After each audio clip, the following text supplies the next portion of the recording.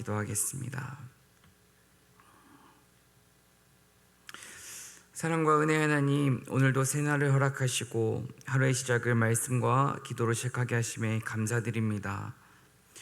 정말 참된 신자 되기 원합니다. 주님을 더욱 사랑하기 원합니다. 거룩하게 살기를 기도합니다. 날마다 예수님을 닮아가기를 원합니다. 이 새벽 우리의 마음 가운데에 필요한 은혜를 허락하여 주시옵소서. 은혜를 허락하실 것을 기대하며 예수님의 이름으로 기도드립니다. 아멘. 오늘 함께 나눌 말씀은 데살로니가 전서 2장 1절부터 16절까지입니다. 데살로니가 전서 2장 1절부터 16절까지입니다.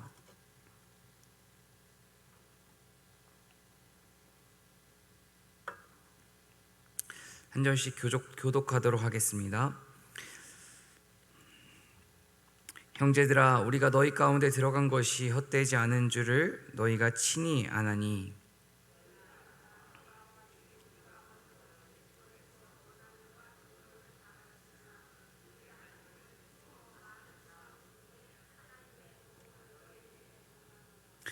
우리의 권면은 간사함이나 부정에서 난 것이 아니요 속임수로 하는 것도 아니라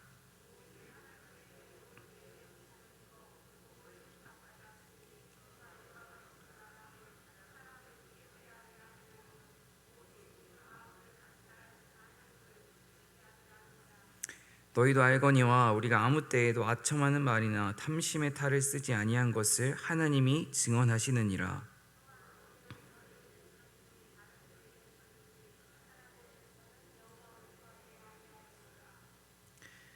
우리는 그리스도의 사도로서 마땅히 권위를 주장할 수 있으나 도리어 너희 가운데서 유순한 자가 되어 유모가 자기 자녀를 기름과 같이 하였으니,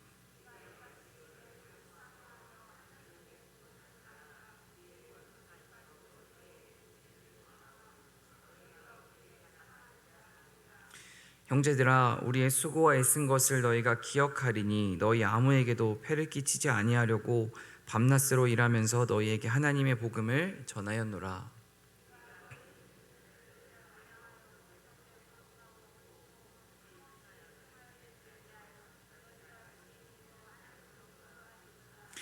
너희도 아는 바와 같이 우리가 너희 각 사람에게 아버지가 자기 자녀에게 하듯 권면하고 위로하고 경계하노니,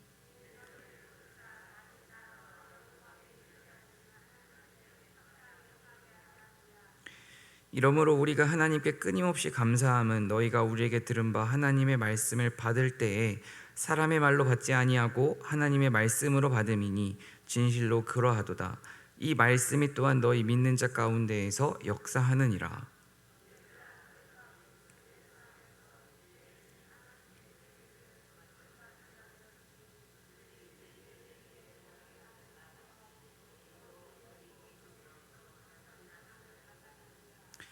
유대인은 주 예수와 선지자들을 죽이고 우리를 쫓아내고 하나님을 기쁘시게 하지 아니하고 모든 사람에게 대적이 되어 우리가 이방인에게 말하여 구원받게 함을 그들을 금하여 자기 죄를 항상 채움에 노하심이 끝까지 그들에게 임하였느니라. 아멘. 주님의 은총과 평화가 이 새벽 우리 가운데 가득하길 간절히 소망합니다. 어제부터 우리는 데살로니가 전서 말씀을 함께 살펴보고 있는데요, 바울은 데살로니가 전서에 짧게 머물렀습니다. 성경 가운데에는 새 안식일 동안 머물렀다고 기록이 되어 있고요, 신학자들은 3주, 길게는 3달에서 6달 정도 이 데살로니가 교회에 바울이 머물렀다고 생각을 하고 있습니다. 짧은 시간 교회에 머물렀다가 바울이 어쩔 수 없이 데살로니가 교회를 떠났다 보니 데살로니가 교회 안에는 이런저런 문제들이 있었습니다. 교회 리더들이 온전하지 못했고 또 교회의 기초가 온전히 다져지지 못했습니다. 그리고 또 한 가지, 예수님의 재림에 대한 그 신학적인 문제가 데살로니가 교회 안에 만연했습니다. 예수님이 재림하시기 전에 죽으면 그 재림의 기쁨을 누리지 못한다는 이상한 신학적인 주장이 데살로니가 교인들의 마음을 뒤흔들고 있었습니다. 또 한 가지 문제는 바울에 대한 오해를 데살로니가 교인들은 하고 있었습니다. 바울은 데살로니가 교회에 짧게 머물렀습니다. 짧게 머문 이유는 유대인들의 핍박 때문입니다. 성경을 살펴보면 바울은 밤에 야반도주를 감행했습니다. 바울이 그렇게 데살로니가 교회를 떠난 이유는 힘들어서도 아니고 피하고 싶어서도 아닙니다. 핍박 때문에 어쩔 수 없이 떠났습니다. 하지만 이것에 대해 어떠한 사람들은 바울은 이기주의자다, 바울은 우리를 버렸다, 바울은 사도가 아니라 가짜다, 그렇기 때문에 우리는 바울의 가르침을 따르지 말아야 한다라는 이상한 이야기들이 있었습니다. 이러한 이유로, 교회적인 이유와 또 바울에 대한 오해, 이러한 이유로 바울은 데살로니가 교회를 향해 지금 이 편지를 기록한 것입니다. 그렇다면 데살로니가 전서는 5장으로 짧게 구성되어 있는데요, 우리가 이 데살로니가 전서를 통해 지금 이 시대를 살아가는 우리가 마음 가운데 새겨야 하는 것은 무엇이 있을까요? 저는 자신에 대한 오해와 자신에 대한 이상한 소문을 듣고도 바울은 지금 데살로니가 교회를 향해 진심을 담아 편지를 기록하고 있습니다. 자신을 오해한다고 그들을 외면하지 않습니다. 자신을 힘들게 한다고 그들을 무시하지 않습니다. 오히려 바울은 사랑과 진심을 담아 그들을 위로하고 권면하고 격려합니다. 살다 보면 우리도 누군가를 위로하고 권면하고 격려해야 하는 순간이 있습니다. 기쁠 때에는, 감사가 넘칠 때에는 진심을 담아 위로하고 권면하고 격려하는 게 너무나도 쉽고 행복하기도 합니다. 하지만 우리의 삶이 어렵고 힘들 때에는 정말 누군가를 위로하고 권면하고 격려한다는 것이 참으로 어려운 것 같습니다. 그렇기 때문에 우리는 이 데살로니가전서 말씀을 통해 바울은 대체 어떻게 그 삶 가운데 늘 하나님을 향한 열심이 가득했고 성도를 향한 사랑이 있었는지 생각하며 이 말씀을 묵상해 볼 필요가 있습니다. 바울은 어제 1장 말씀을 통해 먼저 데살로니가 성도들을 칭찬합니다. 그리고 오늘 2장 말씀을 통해 이제 자신을 오해하고 있는 그들을 향해 자기가 어떻게 살아왔는지를 직접 다시 한번 고백하고 있습니다. 1절 말씀을 함께 읽겠습니다. 형제들아, 우리가 너희 가운데 들어간 것이 헛되지 않은 줄을 너희가 친히 아나니. 바울의 사역을 오해하고 있는 이들에게, 그리고 데살로니가 교회 성도들에게 나의 사역은 헛되지 않았다라고 바울은 말하고 있습니다. 이 헛되다라는 단어를 원어로 살펴보니 헬라어로 케네인데요, 실패라는 의미도 있더라고요. 바울은 지금 자신의 사역을 오해하고 있는 사람들에게 너희들은 내 사역이 실패했다 말할 수 있지만, 너희들은 내가 도망간 것처럼, 너희들을 버리고 떠난 것처럼 생각할 수 있지만, 나는 너희들을 버린 것이 아니라 실패한 것이 아니다 라고 바울은 고백하고 있습니다. 그리고 이어서 바울은 자신의 사역의 특징을 오늘 3가지로 정리해서 그들에게 말해주고 있습니다. 첫 번째는 자신은 하나님의 복음을 증거하는 하나님의 사신이라는 것입니다. 4절 말씀을 함께 읽겠습니다. 오직 하나님께 옳게 여기심을 입어 복음을 위탁받았으니 우리가 이와 같이 말함은 사람을 기쁘게 하려 함이 아니요 오직 우리 마음을 감찰하시는 하나님을 기쁘시게 하려 함이라. 아멘. 바울은 하나님의 복음을 위탁받은 사람입니다. 한마디로 하나님의 복음을 전하는 하나님의 사신이라는 것입니다. 바울은 하나님의 복음을 품고 어딜 가나 하나님의 복음을 전했습니다. 하지만 바울에게 늘 기다린 것은 기쁨과 행복과 평안이 아니라 바울이 가는 곳마다, 바울이 복음을 전하는 곳마다 바울을 향한 고난이 기다리고 있었습니다. 바울은 복음을 전할 때에 언제나 바울은 쫓기고 갇히고 핍박당하고 도망을 쳤습니다. 2절 말씀에 그것이 기록되어 있습니다. 함께 읽겠습니다. 너희가 아는 바와 같이 우리가 먼저 빌립보에서 고난과 능욕을 당하였으나 우리 하나님을 힘입어 많은 싸움 중에 하나님의 복음을 너희에게 전하였노라. 바울은 데살로니가 교회에 오기 전에 빌립보에서 고난과 능욕을 당했습니다. 데살로니가 교회 전서, 이 교회에 오기 전에 바울은 큰 핍박과 고난을 당한 것입니다.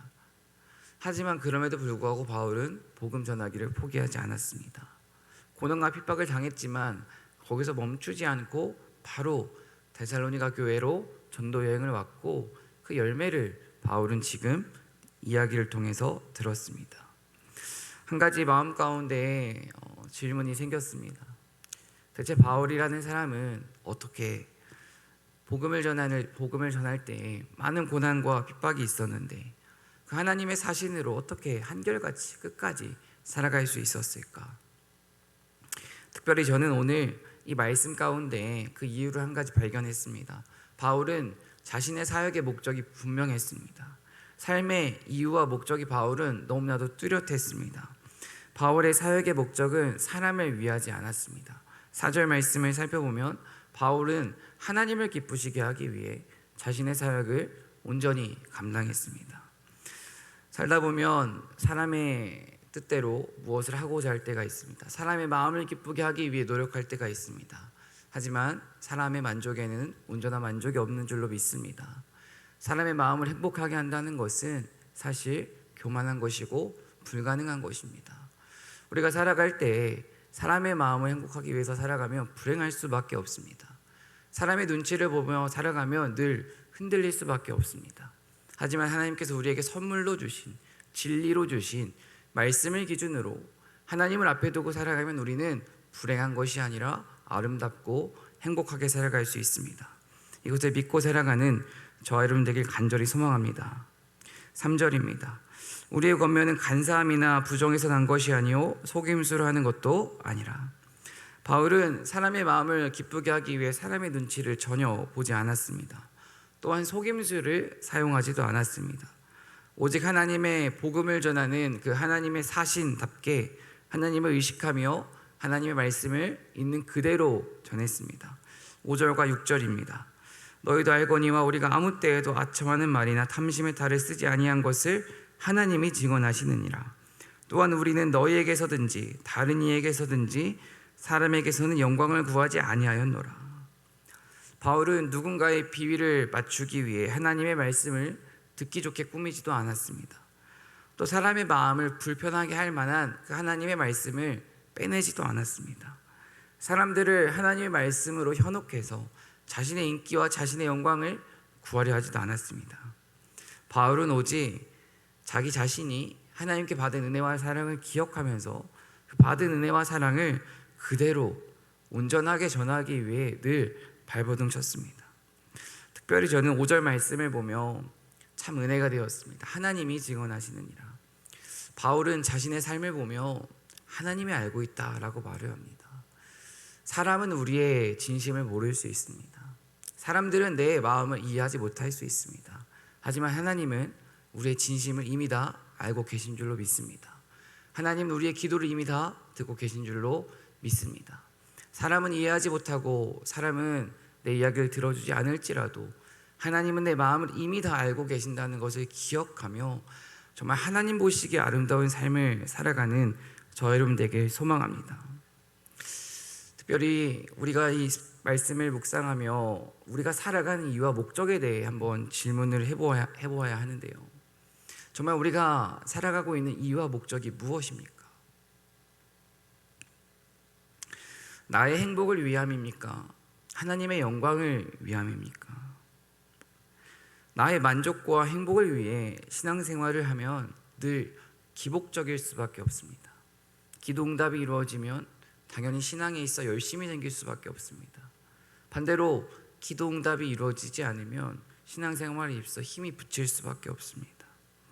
나의 만족과 나의 영광을 위해 신앙생활을 하면 늘 우리는 기복적인 신앙을 품고 늘 흔들리며 살아갈 수밖에 없습니다. 하지만 정말 이 바울처럼 나의 영광을 구하는 것이 아니라 하나님을 기쁘시게 하기 위해 하나님의 영광을 구하며 살아간다면 어떠한 어려움과 고난이 찾아올지라도 우리는 한결같은 신앙으로 이 좁은 길을 묵묵히 걸어갈 수 있습니다. 특별히 하나님이 우리에게 원하시는 것은 이 어지러운 세대 가운데에서 한결같은 신앙을 원하십니다. 기쁠 때나 슬플 때나 언제나 하나님을 한결같이 찬양하는 것, 기쁠 때나 슬플 때나 언제나 성전에 나와 하나님께 기도하는 것, 말씀을 읽고 묵상하는 것, 이것을 통해 우리의 다음 세대 가운데 우리의 믿음이 전수되는 줄로 믿습니다. 이 믿음이 우리 마음 가운데 가득하길 소망합니다. 바울의 사역의 특징을 세 가지로 살펴보고 있는데요. 첫 번째는 하나님의 사신이었다는 것입니다. 하나님의 영광을 구하며 살아갔다는 것입니다. 두 번째는 유모처럼, 어머니처럼 살아갔다는 것입니다. 7절 말씀을 함께 읽겠습니다. 물론 우리는 같이 읽겠습니다. 시작. 우리는 그리스도의 사도로서 유순한 자가 되어 유모가 자기 자녀를 기름과 같이 하였으니. 아멘. 바울은 어머니가 아이를, 자기 자녀를 돌보듯 정말 헌신적인 사랑을 했다고 자신의 사역을 표현하고 있습니다. 전 세계에서 가장 아름다운 단어를 조사해 봤다고 합니다. 1등이 어머니라는 단어였습니다. 아버지라는 단어는 70등이었다고 합니다. 어머니의 사랑은 사실 아버지의 사랑보다 깊고 넓고 비교할 수 없습니다. 모성애가 더 뛰어나단 말이 있습니다. 정말 저도 그렇지만 어머니의 사랑을 가끔 지켜보면 너무 과하지 않나? 어떻게 저렇게까지 하실 수가 있을까? 참 감격하고 감사한 마음을 품을 때가 있습니다.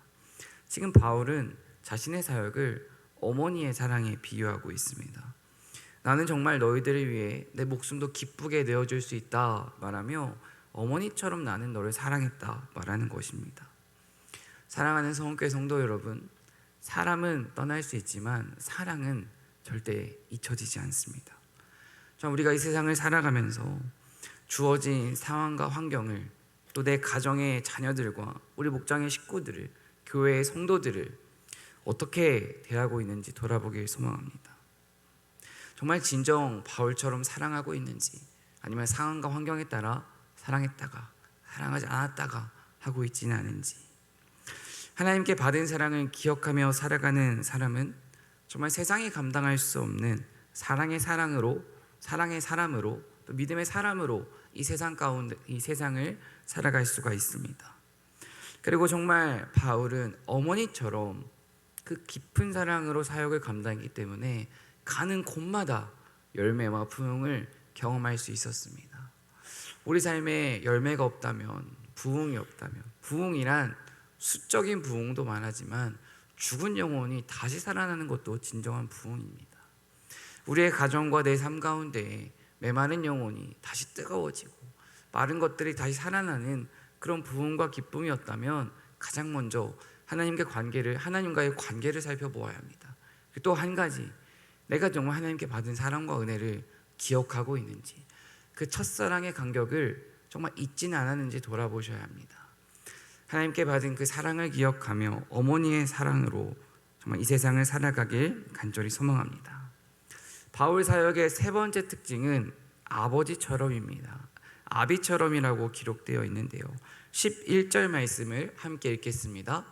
너희도 아는 바와 같이 우리가 너희 각 사람에게 아버지가 자기 자녀에게 하듯 권면하고 위로하고 경계하노니. 바울은 아버지가 자녀에게 권면하고 위로하고 경계한다는 훈련시키고 연단시킨다는 의미가 있습니다. 그렇게 바르게 키우기 위해 엄하게 했던 사랑을 아버지의 사랑이라고 바울은 표현하고 있습니다. 어머니의 사랑이 따뜻하고 헌신적인 사랑의 상징이라면, 이제 아버지의 사랑은 권면과 위로와 훈련을 상징하는 권위의 상징입니다. 언제나 사랑은 조화를 이루어야 합니다. 무조건적으로 따뜻하게만 사랑해준다고 좋은 것이 결코 아닙니다. 어느 순간에는 적절하게 따끔한 위로와 충고가 있어야 그게 바로 진정한 사랑입니다. 지금 우리는 바울 서신을 살펴보고 있는데요, 바울이 기록한 성경을 살펴보면 정말 논증처럼 증거를 제시하며 자신의 논증을, 이야기를 풀어가는데요, 오늘 말씀 가운데에도 어머니의 사랑을 먼저 기록하고 아버지의 사랑을 그 다음에 기록해 두었습니다. 여기에도 사실 깊은 이유가 있습니다. 우리가 누군가를 사랑할 때 가장 먼저 해야 하는 것은 따뜻한 사랑입니다. 어머니처럼 그대로 안아주는 것입니다. 그대로 품어주는 것입니다. 이해해주는 것입니다. 헌신적으로 사랑하는 것입니다. 그렇게 어머니의 사랑으로 먼저 누군가를 사랑으로 품어주고, 그렇게 시간이 지난 뒤에 아버지의 사랑으로 위로하고 권면하고 훈계를 해야 합니다. 아무것도 모르는 아이에게 무조건적으로 따끔하게 훈계한다고 그 아이가 바르게 자라지 않습니다. 어린 아이에게는 더 따뜻한 사랑을 오랫동안 보여주고 관계가 형성된 뒤에 그 아이에게 해줄 말을 해주어야 합니다. 오늘 말씀을 준비하면서 한 가지가 떠올랐습니다. 아동부 가운데 한 친구가 생각나는데요, 참 말을 듣지 않았습니다. 정말 말을 듣지 않고 늘 청개구리처럼 반응했던 친구입니다. 이제 3년 동안, 3년이라는 세월을 저와 함께 했습니다. 올 한 해 동안 그 친구를 보며 제가 마음 가운데 느끼는 감정은 하나님은 살아계시다는 것입니다. 어떠한 말을 해도 청개구리처럼 반응하던 그 아이가 이제는 저의 권면을 듣기 시작했습니다. 주일 예배는 반드시 지켜야 한다. 이제는 예라고 순종을 합니다. 그리고 자기 혼자라도, 동생은 안 나와도 할머니네 집이 갈마동인데 자기 혼자라도 주일은 반드시 지키러 옵니다. 오늘 말씀을 준비하며 그 생각이 났습니다. 그 친구를 놓고 기도하며 마음이 참 어려웠습니다. 내가 언제까지 품어줘야 하나, 언제까지 기다려야 하나. 하지만 그때마다 하나님이 주신 마음은 그저 사랑하라는 것입니다. 햄버거를 먹이고 떡볶이를 먹이고 같이 여행을 가고 같이 시간을 보내고 그렇게 헌신적인 사랑이 있었습니다. 그리고 나서 이제서야 저의 따끔한 권면을 조금씩 듣고 있습니다. 사랑하는 서원교회 성도 여러분, 언제나 신앙에 있어 균형은 참 중요합니다. 우리의 가정 가운데, 목장 가운데 균형 있는 사랑이 있는지 이 시간 돌아보시길 소망합니다. 어머니의 따뜻함과 아버지의 훈계가 있어야 바른 신앙을 품고 성숙한 신앙을 이루어갈 수가 있습니다. 정말 우리 공동체 안에 어머니의 따뜻함과 아버지의 훈계가 조화를 이루길 간절히 소망합니다. 바울은 자신의 사역의 특징을 3가지로 이야기했습니다. 첫 번째는 하나님의 사신이라는 것입니다. 두 번째는 어머니처럼 사역했다는 것이고, 마지막 3번째는 아버지처럼 사역을 했다는 것입니다. 이렇게 설명을 하고 12절에 바울이 자기 자신이 살아간 이유와 목적에 대해 다시 한번 말합니다. 12절입니다. 이는 너희를 부르사 자기 나라와 영광에 이르게 하시는 하나님께 합당히 행하게 하려 함이라. 아멘. 바울은 자신의 영광이 아니라 하나님의 영광을 위해 살아갔던 사람입니다. 또 한 가지, 성도들이, 자신과 함께하는 그 성도들이 하나님께 합당히 살아가기 위해, 한마디로 하나님의 자녀답게 살아가기 위해 헌신했다고 바울은 자기 자신의 삶을 말하고 있습니다.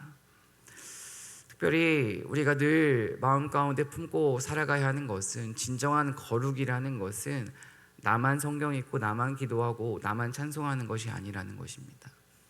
진정한 거룩은, 하나님이 말씀하시는 그 거룩은 언제나 나로부터 시작되지만 영향력이 있습니다.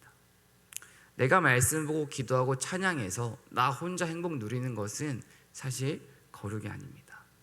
성경을 살펴보면 거룩한 사람들은 늘 곁에 누군가가 있습니다. 늘 누군가를 위해 헌신적인 삶을 살아갑니다.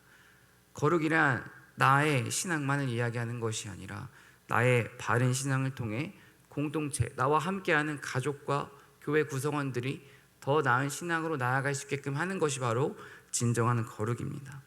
바울은 진정한 거룩의 삶을 살았습니다. 자기 자신이 하나님을 만나 변했습니다.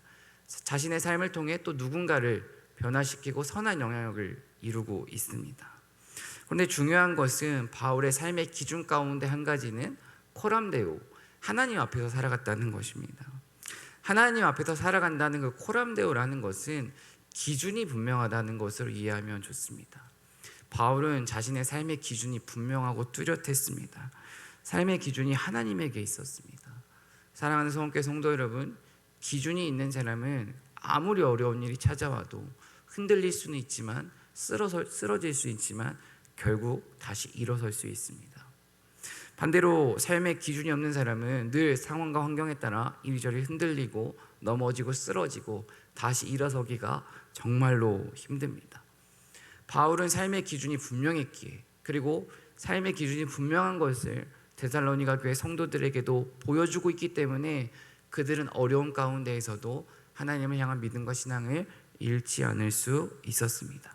그리고 심지어 본이 되는 교회로 성장할 수 있었습니다. 이 은혜가 저와 여러분 가운데 있길 간절히 소망합니다. 13절 말씀을 함께 읽겠습니다. 이러므로 우리가 하나님께 끊임없이 감사함은 너희가 우리에게 들은 바 하나님의 말씀을 받을 때에 사람의 말로 받지 아니하고 하나님의 말씀으로 받음이니 진실로 그러하도다. 이 말씀이 또한 너희 믿는 자 가운데에서 역사하느니라. 아멘.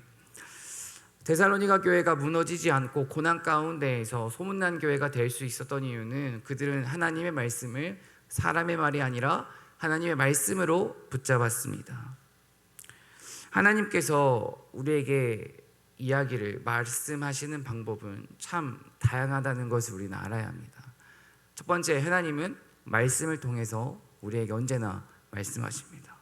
두 번째, 하나님은 때로는 자연을 통해서도 우리에게 말씀하십니다. 사람을 통해서, 사건과 환경을 통해서도 하나님은 말씀하십니다. 중요한 것은 하나님은 늘 지금 이 순간에도 우리에게 말씀하고 계시다는 것입니다. 그런데 문제는 우리의 듣는 귀입니다. 여유가 없는 우리의 마음 때문에, 내 문제 때문에, 내 불편함과 내 답답함 때문에 하나님은 늘 우리에게 자연과 말씀과 사람과 환경을 통해 말씀하시지만 우리가 귀를 막고 있는 것입니다. 지금도 하나님은 우리에게 말씀하고 계십니다. 이 하나님의 말씀을 듣기 위해 우리는 어떠한 자세와 태도로 하나님의 말씀을 듣고 계시고 읽고 계시고 묵상하고 계십니까? 특별히 오늘 하루 5분이라도 10분이라도 고독의 시간을 가지시길 간절히 소망합니다. 혼자 있는 그 고독의 시간을 통해, 침묵의 시간을 통해, 멈춤의 시간을 통해 하나님의 음성에 조용히 귀 기울이는 시간이 있어야 우리는 정말 하나님께서 나에게 말씀하시는 그 레마의 말씀을 들을 수가 있습니다.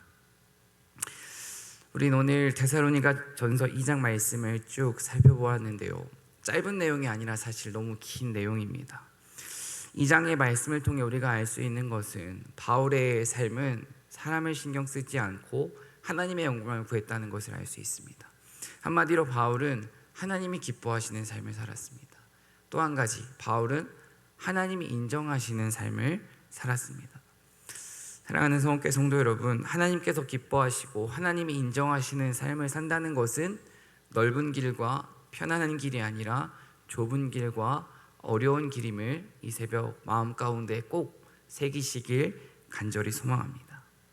중요한 것은 바울이 데살로니가 교회 성도들을 사랑하고 돌보듯 우리가 좁은 길을 걸어갈 때에 혼자 걸어가는 것이 아니라 하나님께서 우리를 돌보시고 하나님이 우리 옆에서 함께 하시고 하나님이 우리의 길을 인도하신다는 것을 기억하고 이 좁은 길을 걸어가야 합니다. 누구보다 나를 사랑하시고 언제와 나와 함께 하시는 그 하나님의 사랑을 기억하면서 하나님을 기쁘시게, 이웃을 행복하게, 하나님께 인정받는 오늘 하루를 살아가는 저 여러분 되길 간절히 소망합니다. 기도하겠습니다. 사랑과 은혜 하나님, 우리를 자녀 삼아 주시고 하나님의 사랑을 경험하게 하심에 감사드립니다. 받은 사랑과 은혜를 기억하며 하나님을 기쁘시게 하고 이웃을 행복하게 하는 삶을 살아가는 주의 성도 되게 하여 주시옵소서. 우리의 가정과 목장과 교회 공동체 가운데 어머니의 따뜻하고 헌신적인 사랑과 아버지의 바른 훈계와 권면이 가득하게 하시고 하나님 보시기에 아름다운 공동체로 성숙하고 부흥하고 회복하는 역사를 허락하여 주시옵소서. 이 시간 특별히 귀한 마음으로 하나님께 예물 드립니다. 사랑하는 주의 아들을 위해 기도합니다. 아들을 통해 하나님께서 일하실 것을 기대합니다. 사랑하는 주의 아들을 통해 하나님의 위대한 일을 경험하게 하시고 특별히 새벽마다 간절히 기도하는 그 마음 가운데 주님의 위로와 평안과 용기를 허락하여 주시옵소서. 간절한 기도 제목 품고 이 시간 주님께 나아갑니다. 주님의 음성 듣게 하시고 우리의 마음을 하나님의 마음에 합한 것으로 변화시켜 주시옵소서. 예수님의 이름으로 기도드립니다. 아멘. 주기도문 하겠습니다. 하늘에 계신 우리 아버지